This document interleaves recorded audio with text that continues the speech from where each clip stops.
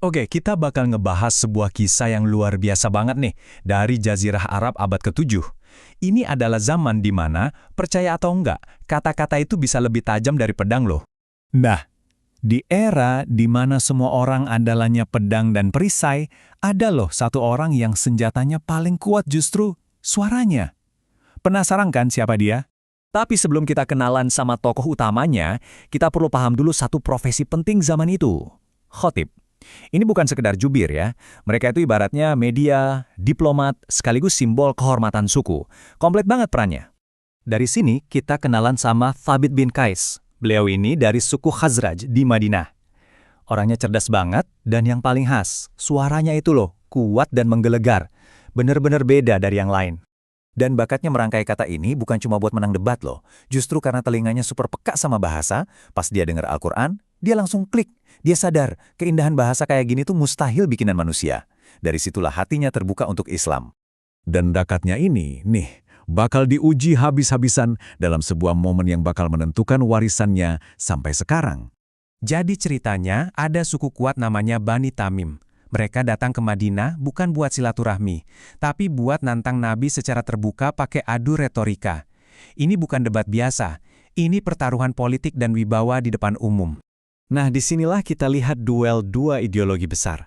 Satu sisi, Bani Tamim yang sombong dengan keturunan dan kekayaannya.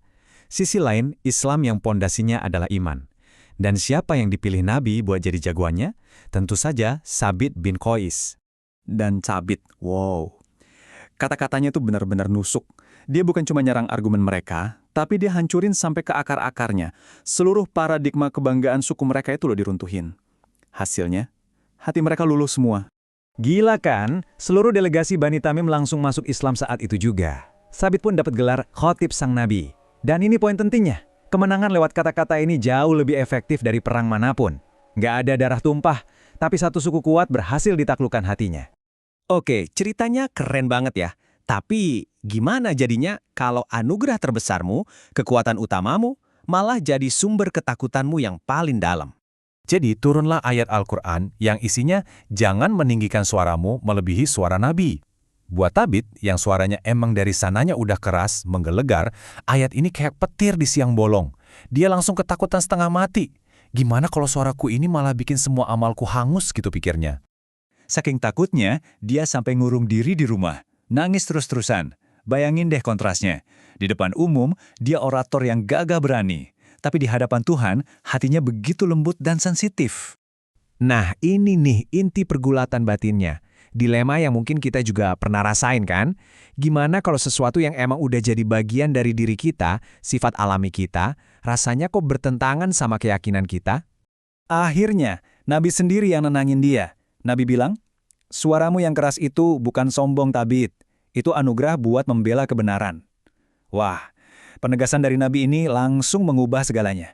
Sesuatu yang tadinya dianggap kutukan, ternyata adalah aset yang direstui.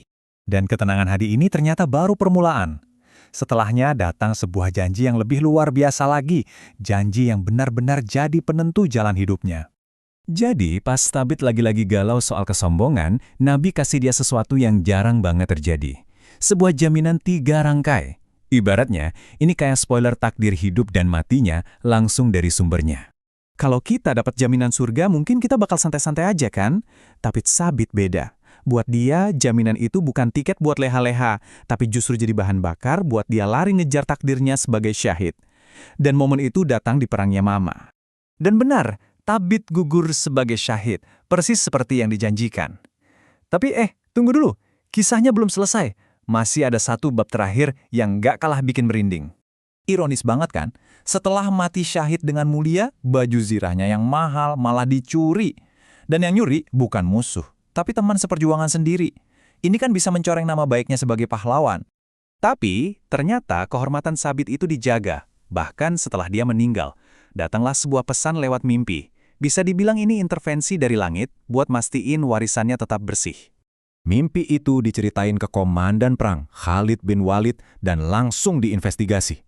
Dan bener aja loh, baju zirahnya ketemu persis di tempat yang disebutin di mimpi. Ini bukti nyata kalau penjagaan Tuhan buat dia itu nggak putus sama kematian. Jadi, kisah Sabit ini benar-benar paket lengkap. Ada kekuatan kata-kata, ada keberanian fisik di medan perang, dan yang paling penting, ada kerendahan hati yang luar biasa. Adabnya yang tinggi di hadapan Nabi, itulah yang mengangkat derajatnya di hadapan Tuhan. Nah, dari kisah hidup Sabit, kita jadi punya satu pertanyaan penting buat direnungkan. Gimana ya caranya kita bisa pakai bakat-bakat unik kita, bukan buat jadi sombong, tapi buat jadi alat untuk sesuatu yang lebih besar? Ini pelajaran penting banget tentang gimana menyeimbangkan kekuatan diri dengan